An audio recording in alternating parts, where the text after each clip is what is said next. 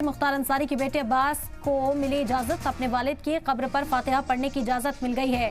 Supreme court ने फातिहा पढ़ने की इजाजत अब दी है। मुख्तार अंसारी की कब्र पर फातिहा पढ़ने जाएगा अब्बास।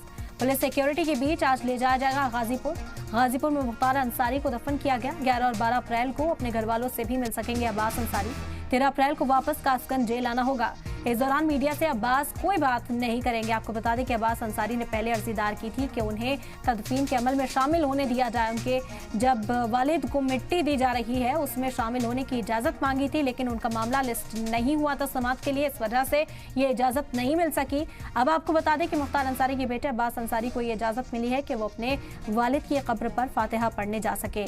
सुप्रीम कोर्ट ने फातिहा पढ़ने की इजाजत दी। मुख्तार अंसारी की कब्र पर जाएंगे फातिहा पढ़ने के लिए और उसके बाद पुलिस सिक्योरिटी के बीच ही गाजीपुर जाएंगे, जहां दफन किया गया है। वहां पर फातिहा पढ़ने के बाद घर वालों से मुलाकात भी कर सकेंगे।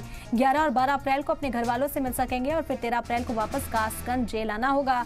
इस दौरान मीडिया से अब्बास अंसारी किसी तरह की कोई बातचीत नहीं करेंगे। ये भी फरमान सुप्रीम कोर्ट की ओर से जारी किया गया। तो राहत की अपील पहले ही की गई थी। जब इंतकाल की खबर आई मुख्तार अंसारी की, तभी वकीलों ने एक अर्जी दायर की थी और अब्बास अंसारी की पैरोल की बात की गई थी। कहा गया था कि कुछ राहत अब्बास अंसारी को दे दी जाए ताकि वो तदफीन के अमल में शामिल हो जाए, अपने वालिद की मिट्टी में शामिल हो सके। लेकिन सुप्रीम कोर्ट ने तब इजाजत नहीं दी। ये मामला लिस्ट नहीं हो सका था, जिस वजह से इस मामले पर समाअत नहीं हुई थी।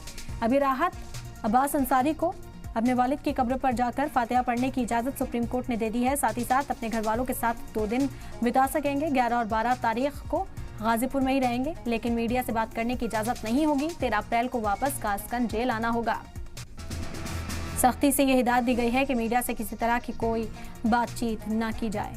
तो मुख्तार अंसारी के बेटे अब्बास को इजाजत मिली। अपने वालिद की कब्र पर फातिहा पढ़ने की इजाजत सुप्रीम कोर्ट ने दे दी है।